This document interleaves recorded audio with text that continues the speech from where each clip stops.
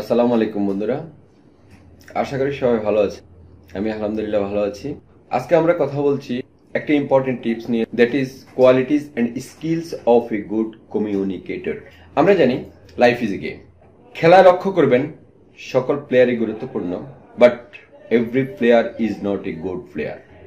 সবাই মেসি হতে পারে না, সবাই নেইমার হতে পারে না, সবাই সাকিব আল হাসান হতে পারে না। কেন? পার্থক্য কোথা? হাত সবারই দুইটা, পাও সবারই দুইটা। It's difference the skills among themselves. Skills ডিফারেন্সের কারণে লোকজনের পজিশনে ডিফারেন্স আসে, পেমেন্টে ডিফারেন্স আসে, ভ্যালুতে ডিফারেন্স আসে, সেটা আমরা সবাই জানি। সো দ্যাট আমরা সবাই কমিউনিকেশন করছি, all of we are communicator, but we should be a good communicator. এখানে গুড কমিউনিকেটর হওয়ার জন্য কিছু স্কিলস এবং কোয়ালিটিস এর কথা আলোচনা করছি। এর বেসিক থিংস গুলা আমরা সবাই কম বেশি জানি, বাট প্র্যাকটিক্যাল ফিল্ডে কতটুকু অ্যাপ্লাই করতে পারছি, that is the matter.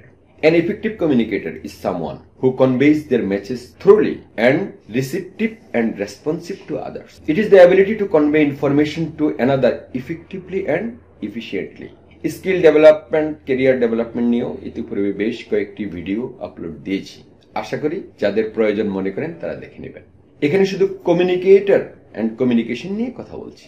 Business managers with good verbal, non-verbal and written communication skills facilitate the sharing of information between people within a company for its commercial benefits.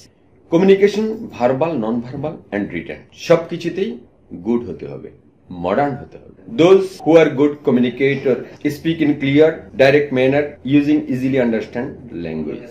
একটি কথা মনে রাখবেন, nowadays communication gap is not allowable, কারণ কমিউনিকেশনের অনেক ধরনের সুবিধা technological ডেভেলপমেন্টের কারণে এখন হাতের মুঠোয়। ইন্টারনেট অনেক কিছু এনে দিয়েছে, Viber, WhatsApp, email, so that communication gap করা যাবে না। বরঞ্চ গুড কমিউনিকেটর হওয়ার জন্য কমিউনিকেশনস এর যে ওয়েস গুলো আছে সেগুলোকে ডে টু ডে ডেভেলপ করতে হবে। আর সেজন্য আপনাকে অবশ্যই এমন ল্যাঙ্গুয়েজ ইউজ করতে হবে যেটা যার সাথে কমিউনিকেট করছেন তার কাছে এটা রিডেবল হয়, আন্ডারস্ট্যান্ডেবল হয়।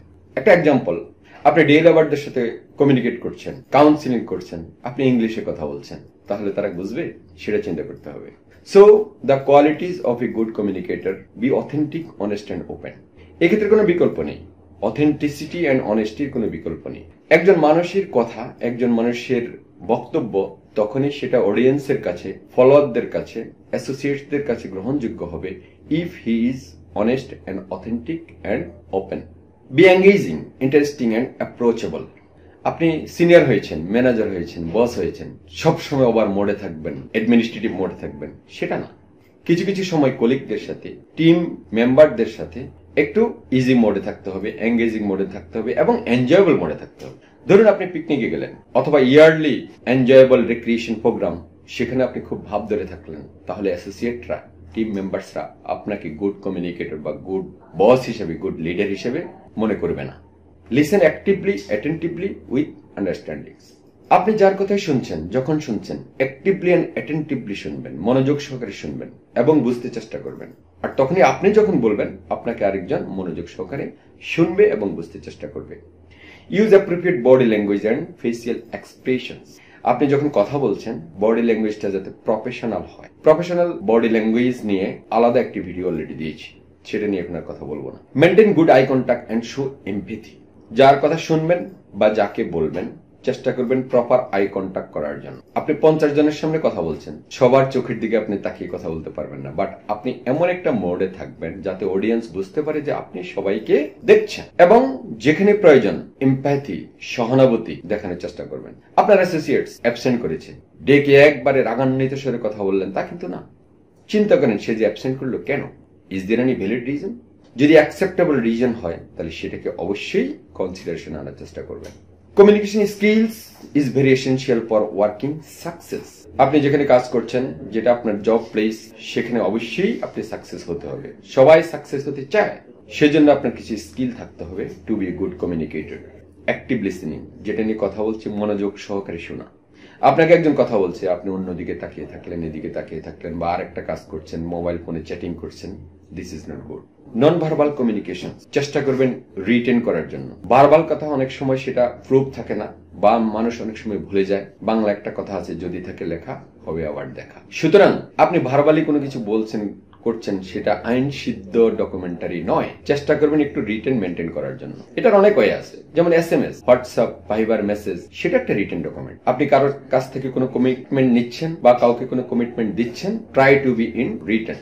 ক্লিয়ারিটি অ্যান্ড কনসাইসনেস খুব বড়সড় করার দরকার নেই। চেষ্টা করবেন যতটুকু ব্রিফ কমিউনিকেট করা যায় এবং মেসেজ শুড বি ক্লিয়ার, যাতে আপনি কি বোঝাতে চাচ্ছেন বা পারপসটা কি সেটা যাতে ক্লিয়ারলি বোঝা যায়। ফ্রেন্ডলিনেস, বক্তব্য রিটেন হোক আর ভার্বাল হোক যতটুকু ফ্রেন্ডলি অ্যাটমসফিয়ার করা যায়, অন রিকোয়েস্ট করা যায় সেটা লিখবেন। শুধু কমান্ড শব্দ একটু কম ইউজ করার চেষ্টা করবেন। প্লিজ শব্দটি ইউজ করবেন। My dear colleagues, my dear associates, সেই কথাগুলো উল্লেখ করবেন। আপনি ডু ইট অবশ্যই লিখবেন, বাট যদি আপনি লেখেন যে প্লিজ ডু ইট, তাহলে অ্যাসোসিয়েটরা একটু বেশি খুশি হবে, আপনার প্রতি একটু ফ্রেন্ডলি হবে। কনফিডেন্স, প্রত্যেকটি কাজে প্রত্যেকটি কমান্ডের ক্ষেত্রে কনফিডেন্স লেভেলটাকে প্রায়োরিটি দিবেন। যথার্থ ব্যক্তিকে যথার্থভাবে কমান্ড করতে পারাটা একটা কোয়ালিটি এবং গুড কমিউনিকেশনের জন্য ভেরি ভেরি ইম্পর্টেন্ট। এমপ্যাথি নিয়ে কথা বলেছি। আপনি কাউকে কোনো অ্যাসাইনমেন্ট দিয়েছেন, সে সঠিক সময় করতে পারে নাই, কিন্তু কেন করতে পারে নাই এটার কোনো অ্যাকসেপ্টেবল রিজন আছে কিনা, যদি থাকে that should be considerable. Open mindness, নিজে ওপেন থাকার চেষ্টা করবেন এবং অ্যাসোসিয়েটদেরকে, সহকর্মীদেরকে, টিম মেম্বারদেরকে যাতে ওপেন হতে পারে আপনার প্রতি সেই সুযোগ দিবেন। এতে করে তারা প্রয়োজনীয় কথাগুলো মন খুলে আপনাকে বলবে এবং আপনি সেই অনুযায়ী ডিসিশন নিতে পারবেন এবং ডিসিশন দিতে পারবেন। রেসপেক্ট টু আদার্স, একটা সহজ কথা, গিভ এন্ড টেক। আপনি যখন অন্যকে রেসপেক্ট করবেন, অন্যরা আপনাকে রেসপেক্ট করবে। আর আপনি যদি শুধুমাত্র অ্যাডমিনিস্ট্রেটিভ কন্ট্রোল, অ্যাডমিনিস্ট্রেটিভ কমান্ড এবং বসিং দেখান, খুব ভাব ধরে থাকেন, তাহলে লোকজন আপনাকে অতটুকু রেসপেক্ট করবে না যতটুকু করা দরকার। আপনি একটা কথা মনে রাখবেন, মানুষ পজিশনকে অনার করে, মানুষ চেয়ারকে অনার করে। সুতরাং সেই চেয়ার অনুযায়ী, পজিশন অনুযায়ী নিজেকে রেসপেক্টেবল করার জন্য try to respect to others. এবার সে যে লেভেলেরই হোক, প্রত্যেকটা লেভেলের জন্য একটা রেসপেক্টনেস কিন্তু আছে, সেটা ভুলে যাওয়া যাবে না। নিজে সিনিয়র হলেই জুনিয়রদেরকে সবসময় দাবিয়ে বেড়াবেন, সেটা করতে যাবেন না। এছাড়াও গুড কমিউনিকেটর হওয়ার জন্য আরো অনেক কোয়ালিটি রয়েছে। তাহলে ইন শর্ট, সংক্ষেপে এই আলোচনা থেকে আমরা বলতে পারি 4 basic skills for better communication, that is listening, reading, writing and speaking. এই 4টা জিনিসের প্রতি যদি আমরা গুড ম্যানার লক্ষ্য করতে পারি, প্রপার ওয়েতে অ্যাপ্রোপ্রিয়েটলি করতে পারি, তাহলে hope we will be good communicator ইনশাআল্লাহ। আমরা কথা বলছি qualities of a good communicator. The 7 C's of communication are a list of principles for written and spoken communications to ensure that they are effective. Clarity, এটা আমরা সবাই বুঝি। আপনি যা কিছু বলবেন করবেন, that should be clear. Correctness, সঠিকতা, যথার্থতা। আপনি রং কোনো ইনফরমেশন কাউকে দেওয়ার চেষ্টা করবেন না, রং কোনো কিছু নিয়ে টিম বিল্ডিং এ এবং টিম মেম্বারদের সাথে কাজ না করাই ভালো। কনসাইসনেস, ব্রিফ, একবার অনেক লম্বা চওড়া কোনো বক্তব্য, অনেকে মেইল লেখে অনেক লম্বা করে, আসলে সেটা দরকার নেই। আপনি বেসিক জিনিসটাকে হাইলাইট করে যত সংক্ষেপে বিষয়টা বোঝানো যায় সে অনুযায়ী চেষ্টা করবেন। It's a quality. আপনি কত সংক্ষেপে 3, 4, 5 লাইনের মধ্যে যদি বিষয়টা বোঝাতে পারেন, তাহলে আপনার 15-20 লাইনের মেইল লেখার কোনো প্রয়োজন নেই। কর্টেসি, পলাইটনেস, যা কিছু লিখবেন, বলবেন, ইনস্ট্রাকশন দিবেন পোলাইটলি। কনসেন্ট্রেশন, নিজে যেমন অন্যের কথার মধ্যে কনসেন্ট্রেশন দিবেন, মনোযোগ দিবেন এবং আপনার অডিয়েন্স, আপনার টিম মেম্বারসরা আপনার কার্যের প্রতি মনোযোগ আছে কিনা সেটাকে লক্ষ্য রাখবেন এবং তারা যেটাকে উৎসাহী হয় এবং যেটা ইজিলি নিতে পারে, কনসেন্ট্রেট করতে পারে, আপনাকে সে ওয়েতে আগানোর চেষ্টা করবেন। Consideration and completeness, if there any valid reason, কেউ কোনো একটা অ্যাসাইনমেন্ট দিলেন, করতে পারেনি, যদি এখানে গ্রহণযোগ্য বা ভ্যালিড কোনো রিজন থাকে, তাহলে সেটাকে কনসিডার অবশ্যই করবেন এবং একটি কাজ শুরু হলে সেটাকে কমপ্লিট হওয়া পর্যন্ত লেগে থাকবেন। এটা আমাদের গুড কমিউনিকেটর হিসেবে অনেক সময় দুর্বলতা। আমরা কোন একটা কাজ শুরু করি, আবার শেষ পর্যন্ত এটার পিছিয়ে লেগে থাকি না, অনেক সময় মিড পয়েন্টে গিয়ে ব্রেক হয়ে যায়। একটা সিস্টেম চালু করলাম, মাঝখানে গিয়ে অনেক সময় আমরা খুব স্লো ডাউন হয়ে যাই। এটা শেষ পর্যন্ত যেতে হবে এবং সেটার ফিডব্যাক কি, ফিডব্যাকের জন্য ওয়েট করতে হবে, দেখতে হবে রেজাল্টটা কি হলো, সেই রেজাল্টকে অ্যানালাইসিস করে ফাইনাল ডিসিশন নিয়ে কমপ্লিট করতে হবে। তাহলে 7 C's নিয়ে কথা বললাম। Principles of effective communication, the 9 C। 7 C's এর পরে আবার লেটেস্ট ভার্সন আছে 9 C। তাহলে এখন বলবো 9 C's টা কি। Congruency, make sure your words, tone of voice and body language is appropriate and convey the same message. আপনি যখন কথা বলছেন, একটা খারাপ সংবাদ নিয়ে কথা বলছেন, আপনি হাসলেন, হেসে বললেন, দিস ইজ নট গুড। আপনি যখন প্যাথেটিক কিছু বলবেন, তখন আপনার এক্সপ্রেশনটা একটু প্যাথেটিক টাইপের হতে হবে, অর্থাৎ আপনি যে মেসেজটা দিচ্ছেন সেটার সাথে যাতে আপনার বডি ল্যাঙ্গুয়েজটা ম্যাচেবল হয়। আশা করি বুঝতে পেরেছেন।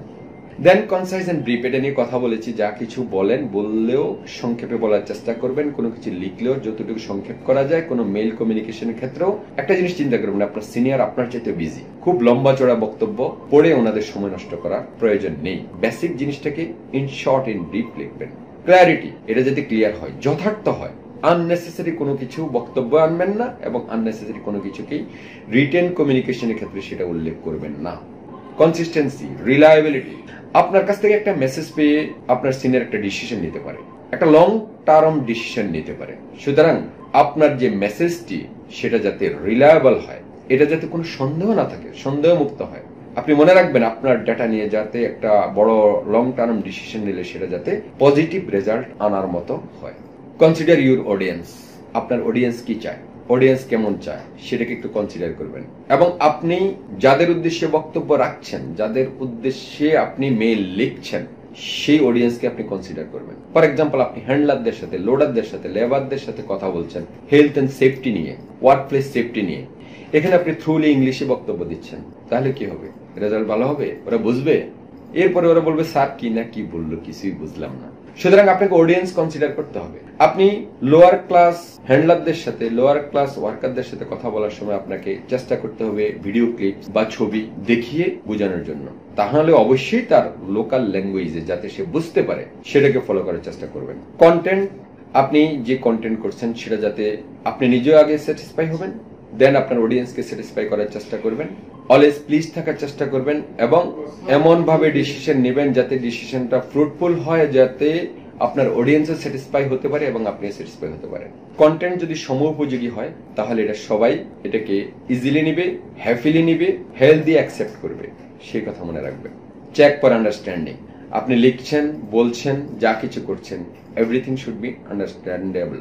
আপনি এমন বক্তব্য দিলেন যেটা কেউ বুঝলোই না, এমন ল্যাঙ্গুয়েজ দিয়ে কঠিন করে একটা মেইল লিখলেন যেটা আপনার অ্যাসোসিয়েটরা বুঝলোই না, তাহলে কিন্তু সেটার ফল পজিটিভ আসবে না। Choose the right medium of message, যেটা বললাম, আপনি ওয়ার্কারদের সাথে, হ্যান্ডলারদের সাথে কথা বলছেন, সেখানে আপনি লোকাল ল্যাঙ্গুয়েজ অবশ্যই ইউজ করবেন এবং মেসেজটা তাদেরকে ইজিলি বোঝানোর জন্য আপনি সেখানে ছবি, অর্থাৎ কম শিক্ষিত লোকদের সাথে আপনি কোনো কাউন্সিলিং করার সময় সেখানে ছবি, ভিডিও ইউজ করার চেষ্টা করবেন। আর অবশ্যই লোকাল ল্যাঙ্গুয়েজ, যাতে করে সে বুঝতে পারে, তারা বুঝতে পারে এবং সে অনুযায়ী আপনাকে রিপ্লাই করতে পারবে। এতেই শেষ নয়। To be good communicator there are so skills and qualities. Basic কিছু এখানে আলোচনা করার চেষ্টা করলাম। আশা করি আপনারা এগুলো অ্যানালিসিস করলে আপনাদের কাছে আরো অনেক কোয়ালিটি এবং স্কিল বের হয়ে আসবে এবং আশা করি আপনাদের মাঝে আরো অনেক ভালো ভালো স্কিলস রয়েছে, সেগুলোকে সঠিকভাবে অ্যাপ্লাই করবেন। Hope we will be a good communicator and professional communicator ইনশাআল্লাহ।